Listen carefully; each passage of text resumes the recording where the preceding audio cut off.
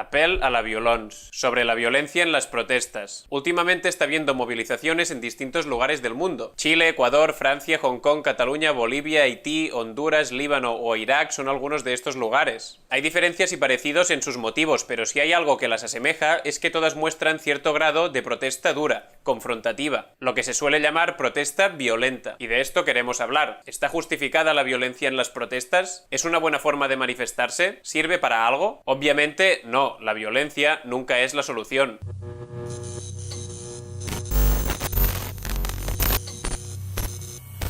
La violencia nunca es la solución, o eso nos quieren vender siempre desde los grandes periódicos, radios y televisiones. Cuando aparece la violencia en una protesta, léase por violencia barricadas, contenedores quemando, objetos arrojados a la policía, etc., la condena es inmediata y unánime. Nos dicen que no sirve para nada, que se pierde la razón y que así no se va a ningún lado. Violencia mal. Así de simple es el mensaje, así de general y así de dogmático. Que se lo digan a las sufragistas radicales británicas, las suffragettes, que con sus acciones directas, como romper a pedradas las ventanas de las propiedades de los parlamentarios que les negaban el voto o incendiando casas vacías, consiguieron que su reclamo del voto femenino llegara a mucha más gente en la sociedad británica. Las acciones de las suffragettes fueron una parte muy importante en la lucha por el voto femenino en el Reino Unido. O que se lo digan a los estudiantes y obreros chilenos que en 1949, ante la subida de 20 centavos del transporte público, una chaucha, empezaron a protestar volcando buses, levantando barricadas y derribando postes eléctricos. Tras 2 días de disturbios, el gobierno se vio obligado a revocar la subida. O que se lo digan a los huelguistas de la Canadenca de Barcelona, que paralizaron la ciudad en una huelga general que duró 44 días,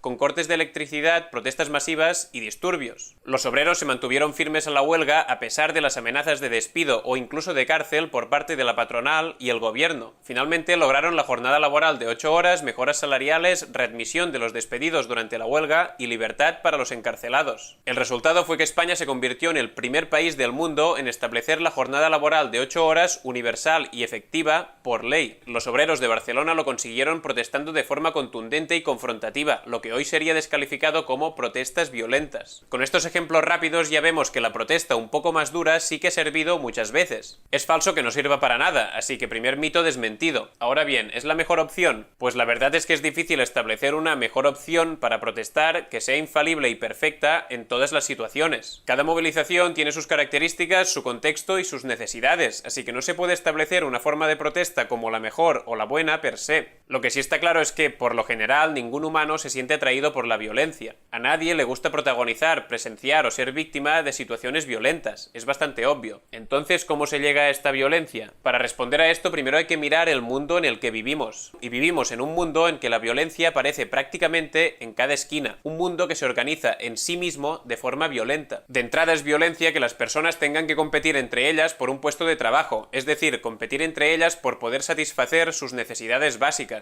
Es violencia que te echen de tu casa porque las dinámicas del mercado dicen que tu piso ahora vale más y no lo puedes pagar. Es violencia que no puedas ir tranquilamente por la calle por ser mujer. Es violencia no llamarle violación a una violación. Es violencia construir muros y vallas para que otras personas no puedan entrar. Es violencia que algunas personas tengan menos derechos por venir de otro país. Es violencia no poder estudiar por falta de dinero. Es violencia no recibir atención médica por falta de dinero. Es violencia que haya millones de personas en la pobreza o la extrema pobreza. Es violencia que te atropellen mientras trabajas y lo primero que te pregunte la empresa es si el pedido está en buen estado. Es violencia morir en un Mercadona y que pasen 27 horas hasta que alguien se dé cuenta. Es violencia que cada día haya más casas de apuestas en los barrios más pobres. Es violencia que tu futuro se escriba con las palabras precariedad, represión y colapso. Todo esto es violencia. Violencia estructural que de algún modo hemos interiorizado, normalizado y aceptado, pero que no por ello es menos violencia. Muchas de estas violencias están avaladas por la ley, como la de los derechos de las personas extranjeras o la de los desahucios, lo que no las hace menos violencias, sino más aún. Por lo tanto, las personas tratamos de alejar las violencias de nuestras vidas, pero a la vez nos vemos obligadas a convivir con todas estas violencias cotidianas. Entonces, a veces llega un punto en que la convivencia con una o varias de estas violencias es insostenible y se dice basta. Y un grupo de personas decide movilizarse contra ello. Al principio suele ser de forma pacífica. En Hong Kong se empezó con las manifestaciones de los paraguas. En Cataluña se hicieron infinitas marchas pacíficas, lecturas de poemas y encendidas de velas. En Chile, ante la reciente subida del precio del transporte público, la protesta inicial consistía en colarse en el metro. ¿Qué pasa? Pues que muchas veces estas concentraciones o acciones pacíficas no consiguen nada. No consiguen acabar con esa violencia estructural contra la que se protesta. Y no no lo consiguen básicamente porque no incomodan al poder que ejerce esa violencia. Entonces, si no se consigue nada con esa movilización pacífica, el colectivo afectado tiene dos opciones: resignarse y seguir soportando esa violencia, o escalar un peldaño la protesta.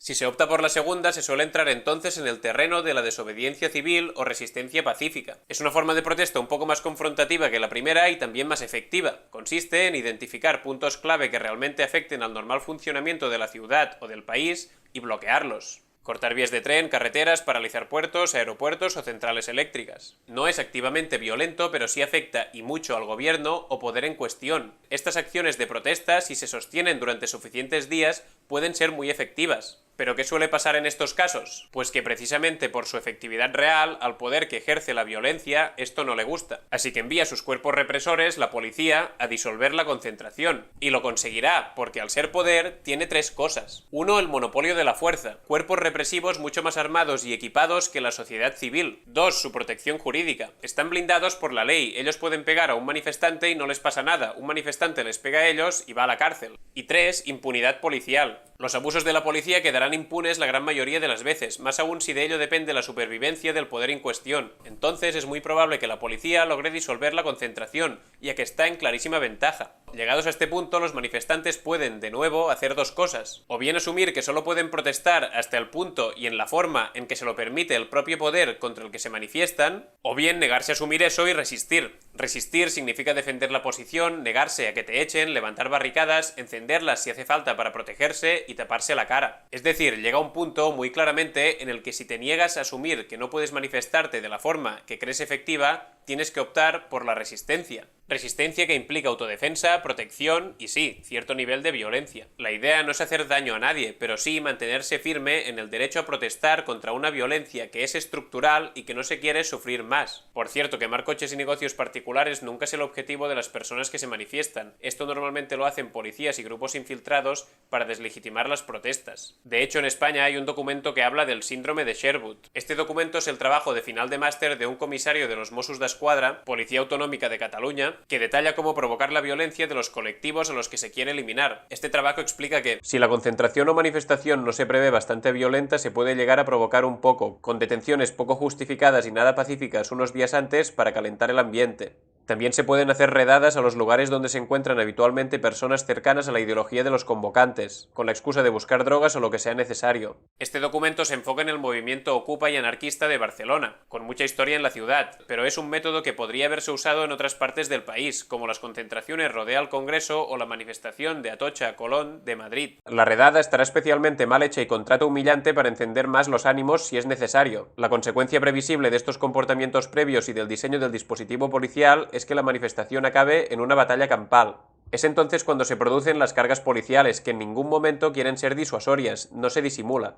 Se va directamente contra los manifestantes, que ya son considerados vándalos, y se les ataca con suficiente velocidad como para que no dé tiempo a la fuga y se provoque el enfrentamiento físico. Entonces está otra famosa frase: con la violencia os ponéis a su nivel. ¿A su nivel? ¿De verdad? ¿Romper un cristal es la misma violencia que condenarte a la pobreza si tus habilidades no encajan con el sistema capitalista? ¿Encender una barricada es la misma violencia que echar a rastras una familia de su casa? ¿Tirar piedras a un antidisturbios protegido hasta las cejas es la misma violencia que volar ojos, palizas, provocaciones y montajes policiales? Aunque los medios, que normalmente son meras extensiones de ese poder que ejerce la violencia, se esfuercen en convencernos de que sí, está claro que estas violencias no son equiparables. Debemos mantener un espíritu crítico ante esto y no caer en la trampa de meter todas las violencias en el mismo saco. Tratar de no criminalizar por inercia a quien realmente es la parte más violentada. Si las mujeres se despojaran de sí mismas reclamando la igualdad con los hombres, se convertirían en los seres más odiosos, paganos y repugnantes, y seguro que perecerían sin la protección masculina.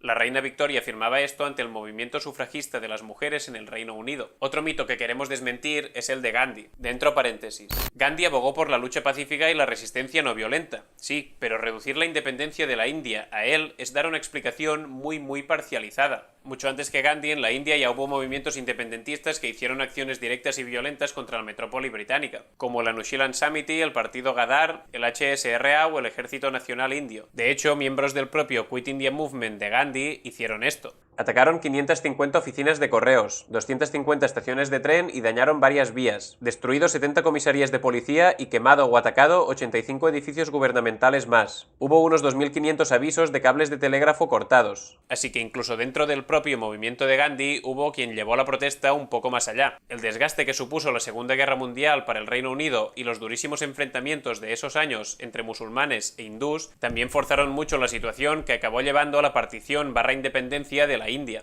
Resumiendo, Gandhi pacifista, sí. Independencia de la India solo gracias a Gandhi pacifista, no. Y por último, es importante recordar que quien condena la violencia en las protestas siempre lo hace desde una situación de privilegio. El privilegio de que esa opresión, esa violencia, no me afecta a mí directamente. Afirmaciones como es demasiado, así se pierde la razón, no es la forma, hay que manifestarse ordenadamente o la forma de arreglarlo es votando son muestra de que estas personas no se ven directamente afectadas por la situación por la que se protesta. No les urge, su presente y su futuro no dependen de que se consiga una solución aquí y ahora, por lo que se pueden permitir el lujo de protestar sí, pero así no. Esto es claro privilegio de clase. Por eso decimos que en la criminalización de las protestas duras siempre hay algo de clasismo. Nos han condenado a una vida completamente atravesada por la violencia. Y cuando la violencia es sistémica, la resistencia, la autodefensa y los cuidados son la única opción. Para la lucha que nos espera, recordamos a Sata Shakur. Nadie en el mundo, nadie en la historia ha logrado nunca su libertad apelando al sentido moral de sus opresores.